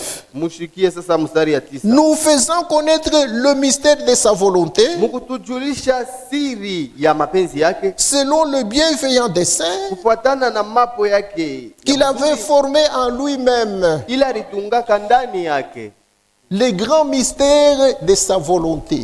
siri mkubwa ya mapenzi yake. Amen. Dieu infini, Mungu wa sho mwanzo na mwisho il avait en lui une volonté. alikuyaka na ndani yake mapenzi. Même aujourd'hui, il en a. Hata leo eko na ile mapenzi. Même tout ce qu'il a créé, Vile vyote vile aliumba, il les a créés par sa volonté aliviumba kupitia mapenzi yake et pour sa volonté. na njuu ya mapenzi Et yake. personne ne peut aller en dehors de la volonté de Dieu Na hakuna mtu ule anaweza kwenda nje ya mapenzi ya Mungu et subsister devant Dieu. Non. na ashimame mbele ya Mungu. Hapa Si vous voulez plaire à Dieu, kama unapenda kumpendeza Mungu, soyez dans la volonté de Dieu. we ishi mu mapenzi ya Mungu. Amen. C'est pourquoi, Jo kwa maana dans sa préscience là, mkutangulia kujua kwake, il a sa volonté à lui. eko na mapenzi yake Et c'est une volonté éternelle. na ni mapenzi ya milele. Haita changaka. Cela ne changera jamais. Cette volonté ni ya kipande. Notre volonté est partielle. Unaweza kuichange. Vous pouvez la changer d'un moment à Amen. l'autre. Leo naoa Judith. Aujourd'hui, vous épousez Judith. 2-3 ans après, aseme huyu mwanamke kumubaya, mimi namkatala. Après 3 ans, vous dites cette femme est mauvaise. Je la Unaenda répéter. kuoa Adolphine. Vous allez vous épouser Adolphine. Amen. Tu changes de volonté. Unabadilisha mapenzi, c'est vile. Amen. Dieu lui non. Sasa yeye Mungu afanyake vile. Leo mimi napenda nsenga. Non, aujourd'hui j'aime Senga. Njoo mtumishi wangu C'est anitumikie. lui mon serviteur, il va me servir. 2 semaines après ansenga na Après 2 nishokesha. semaines, non. Nishimupende tena. Je me fatigue de Senga, je l'aime plus. Mimi naenda kubeba Paulin. Je pars prendre Paulin maintenant. Mungu ana vile hapa. Dieu n'est pas comme ça. Sa volonté demeure éternelle. Mapenzi yake yo inadumu milele. Puisque lui quand il fait des choses, Dieu kama anaanza kufanya bintu, il ne se trompe jamais. ye ashikotolaki, Il n'oubliera jamais. ashisabwake. Amen. Mungu afanye bintu leo, kesho anakuwa kushanje. Ni usema maana Mungu kama anafanya vile. S'il prend une décision aujourd'hui et demain il la change, c'est-à-dire qu'il n'est plus Dieu. C'est pourquoi Jo kwa maana il n'avait pas seulement une préscience, ashuku yake tu paka na kutangulia kujua. il a une volonté qui est éternelle. Eko tena na mapenzi yake ya milele. Amen. Et dans sa volonté éternelle là, Mu mapenzi sasa yake ya milele ile. nous sommes dans le plan du salut. Hein? Hapa tuko mu mapo ya wokovu. Amen. Le salut qu'il avait vu dans sa préscience. Wokovu ile alionaka mkutangulia kujua kwake. L'homme Muntu qu'il a vu dans sa préscience, ule alionaka mu mapenzi yake, qui devait être sauvé. ule alipashaka kokolewa. Puisque cet homme-là, Ule muntu ule Dieu l'avait vu tomber dans sa préscience. Mungu alimonaka kutangulia kujua kwake kuanguka. Amen. Amen. Il regarde dans sa volonté, Anaangalia mu mapenzi yake, il dit, anasema C'est un être que j'ai créé à mon image, à ma ressemblance. Même si je la vois déjà tomber, je ne peux pas le laisser éternellement dans la perdition. L'homme, c'est moi. Je l'ai créé à mon image, à ma ressemblance. Bien qu'il est tombé, je vais le secourir. À ce moment-là, dans sa préscience, il dit, il faut que je prépare un sacrifice éternel. C'est pourquoi la Bible dit que Christ, c'est un agneau qui a été immolé avant la fondation du monde. Il n'avait pas été immolé à Golgotha. Amen. Ce qui s'était passé à Golgotha, c'est la reproduction du film qui s'était passé dans l'éternité. Amen. Il n'y avait pas des agneaux. Les mêmes agneaux que nous avons vus à Golgotha, c'est les mêmes agneaux qui étaient dans l'éternité, dans la préscience de Dieu. Et il prépare un sacrifice. Sacrifice éternel. L'agneau immolé avant la fondation du monde. Un agneau prédestiné. Amen. Et c'était Christ. Pas le Seigneur Jésus-Christ, non. Ici, il était encore Christ. Il n'était pas encore devenu Jésus. Christ qui veut dire la parole créatrice. La Bible dit, au commencement était la parole. La parole était avec Dieu. Et la parole était Dieu. Toutes choses ont été créées par la parole. Comment est-ce que la parole a créé? La parole prononçait seulement des choses. La parole sortait en Dieu. Et cette parole créée. Dieu qui est esprit éternel s'est exprimé par sa parole. Quand il a dit que la lumière soit, directement la lumière est apparue. C'est comme si que Dieu a créé tout au moyen de sa parole. Amen. Quand la parole disait, faisons maintenant l'homme à notre image, selon notre ressemblance.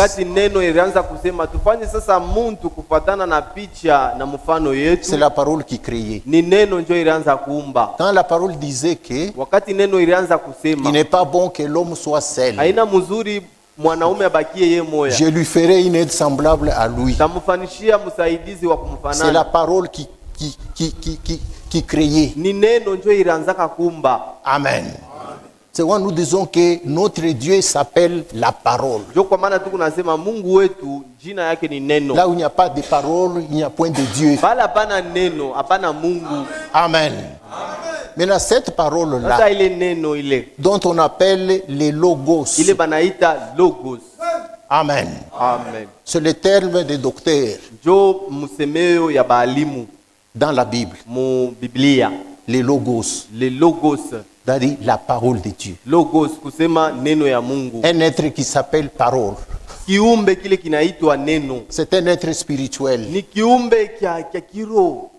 C'est ça Christ. Amen. Est-ce que nous sommes ensemble?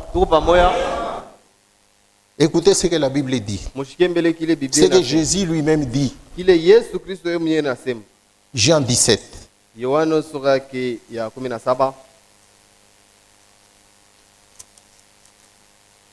Dans Jean 17, il dit, le verset 1er jusqu'à 5. Mpaka mstari ya 5.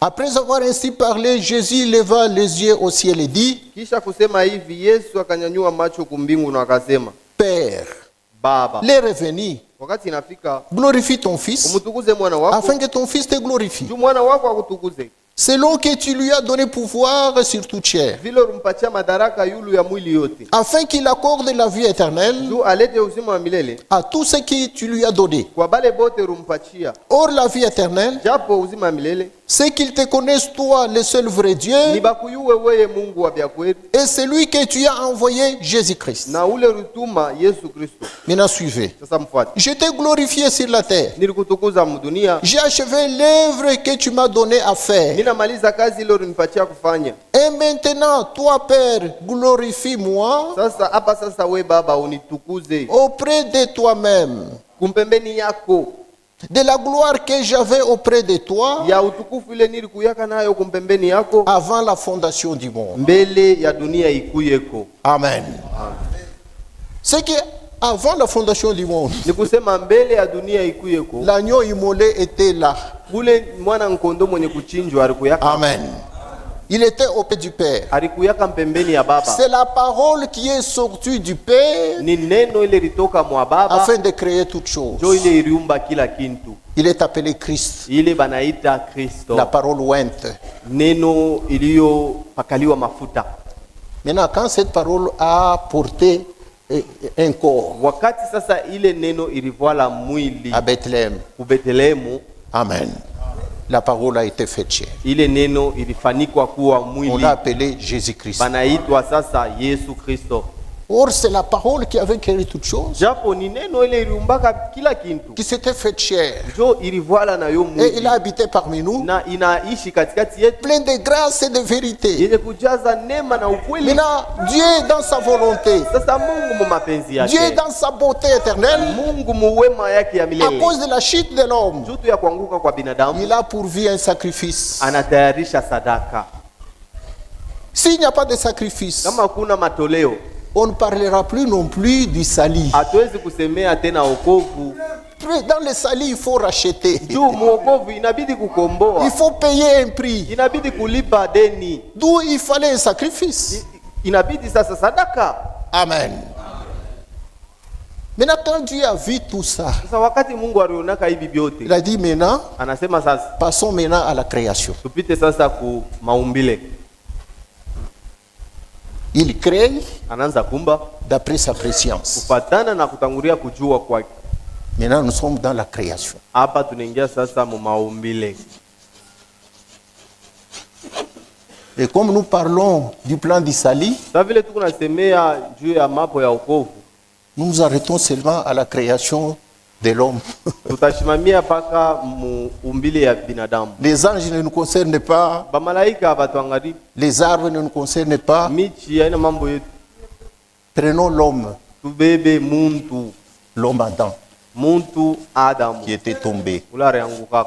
Adam, Adamu le premier. wa kwanza, Puisqu'il y a eu le second Adam, juu kulikuyaka na Adamu wa pili, qui est Jésus. ule anakuya Yesu. Lui n'était pas tombé. Yeye ashikuangukake. Amen. Il était le logos, Yeye alikuwa logos, la parole. neno. Il s'était habillé d'un corps. Alivalaka tu mwili. Il avait contourné le péché. Yeye alienda mpembeni ya nzambi tu. Il a connu Alichola. une naissance virginale. Alizarikwa kupitia ubikira. Il a contourné le péché. Anachola nzambi. Amen. Tu vois, lui ne pouvait pas tomber. Ndio kwa maana yeye Parce ashikupataki que la parole kuanguka. ne peut pas tomber. Juu neno haiwezi kuanguka kamwe. Amen. Le premier Adam, lui, Adamu wa kwanza il yeye était tombé. alianguka. Il était un homme de chair Yeye alikuwa mtu wa que mwili Dieu avait créé. ule Mungu arumbaka. Amen. Il a créé le premier homme à son image, à sa ressemblance. Anaumba mtu wa kwanza kupicha na mfano wake. Il a dit, je vais le matérialiser. Anasema mimi napashi sasa kumuonekanisha. Il fait encore un autre homme de la terre. Anafanya sasa muntu mwingine wa pabulongo. Il prend le premier Adam là, il introduit dans ce corps. Anabeba ule Adamu wa kwanza anamungisha mkile kimwili. Adam est devenu une âme vivante. Adamu anakuwa sasa nafsi aliyo hai. Il pouvait se marier. Aliweza kuoa et avoir des enfants. Na kupata batoto. Il pouvait cultiver. Aliweza kulima mashamba pour manger. Njuu ya yekula. C'est pourquoi lui était tombé. Ndio kwa maana yeye alianguka. Quand l'ancien serpent wakati ule nyoka wa zamani l'avait tenté, il était tombé. Alianguka. Mais le second Adam, lui, lakini ule Adamu wa pili, qui est la parole faite chair, ule anakuya neno ile rivala quand Satan est venu le tenter, wakati shetani alikuwa kumupima, il a fui lui-même. Yeye shetani alimukimbia yeye. La parole lui a dit que neno namwambia kusema Satan, shetani, il est écrit que imeandikwa, tu ne tenteras jamais le Seigneur ton Dieu. Hautamjaribuaka Bwana Mungu wako. Non, tu as faim. Si uko na njala, change ce pierre en pain. Si ubadilishe tu Il a dit Satan, il est écrit que l'homme ne vivra plus du pain seulement. Il vivra de toute parole qui sortira de la bouche. Il a compris que ce n'est pas le premier Adam. Celui-ci est terrible. C'est une personne qui est spirituelle. Et il a fui, il est parti. Amen. Maintenant, dans notre création ici, on a créé Adam. En créant Adam, Dieu lui donne le libre choix ou le libre arbitre. Ceci est très très important pour nous. Le libre arbitre.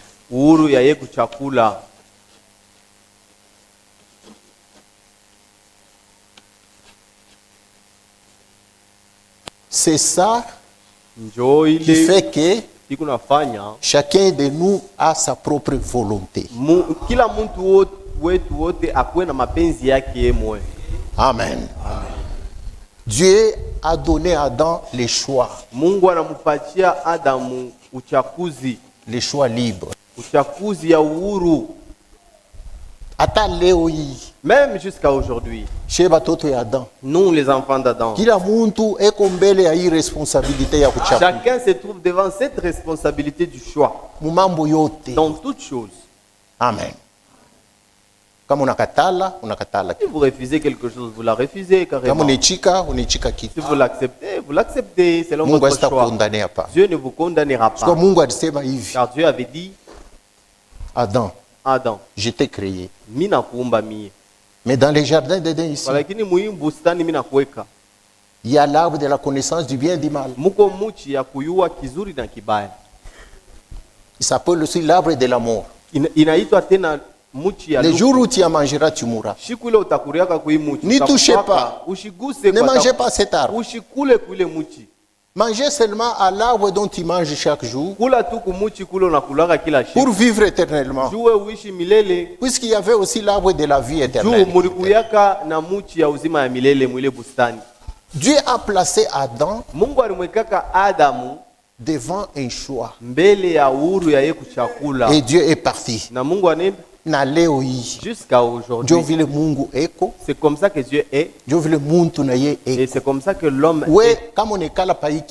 Lorsque vous êtes assis ici sur la chaise, c'est parce que vous avez choisi de venir écouter la parole. Celui de votre famille qui n'est pas ici, c'est parce qu'il a opéré son choix ailleurs. Vous pouvez aller le persuader enfin de venir. Il te dira que je ne vais pas venir. Tu m'importes beaucoup. Je ne veux pas. Si quelqu'un n'aime pas, il ne veut pas. C'est ça le libre arbitre. Amen. Maintenant, l'homme que Dieu avait créé, Dieu lui avait vu depuis sa préscience. Tel que vous êtes assis là. Dieu ne vous a pas vu seulement là où vous êtes assis. Votre position ici est fausse. Car nous tous, nous ne connaissons pas votre position. Votre véritable position a été vue de Dieu dans sa préscience. Si Dieu vous avait vu être ici jusqu'au jour de l'enlèvement, et même si les choses montaient, même si votre mari mourait, même si votre mari vous refusiez, vous ne quitterez plus jamais ici. De telle sorte que Dieu avait vu les choses, c'est comme ça que cela se fera. Amen. Amen.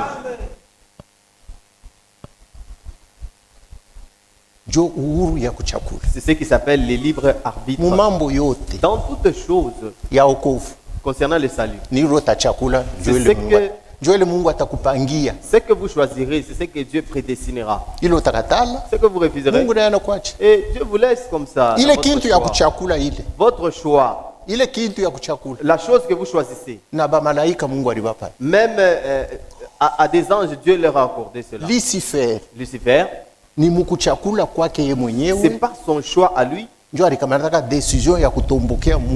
qu'il avait pris la décision de se révéler, contre Dieu. Les anges qui lui avaient accepté, ils l'avaient suivi. Ceux qu'ils avaient refusé, ils étaient restés fidèles à Dieu. Amen. C'est pourquoi selon la préscience de Dieu, selon la manière dont il a créé l'homme, il pouvait maintenant élire l'élection. Il pouvait maintenant prédestiner selon sa préscience.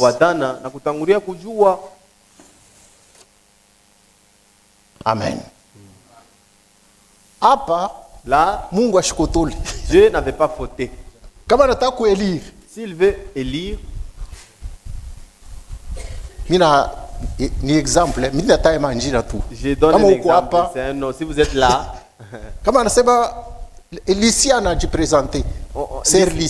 la sœur Lissi se présente devant Dieu. Il faut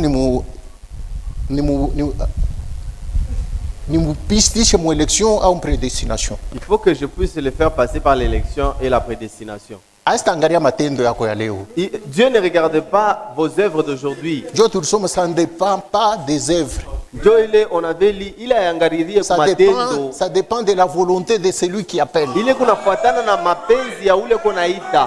Avant que les enfants puissent naître, avant qu'ils ne puissent faire bien ou mal, avant Jacob azalik, avant que Jacob puisse naître, avant Esaïe azalik, avant qu'Esaü puisse naître, sans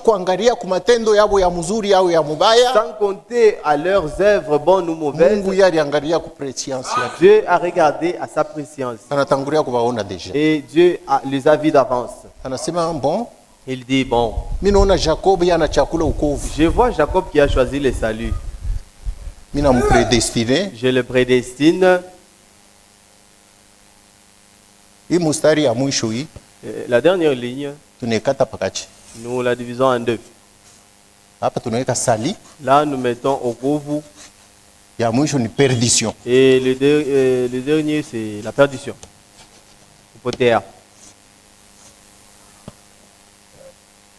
Dieu commence à élire. Il commence à prédestiner selon sa préscience.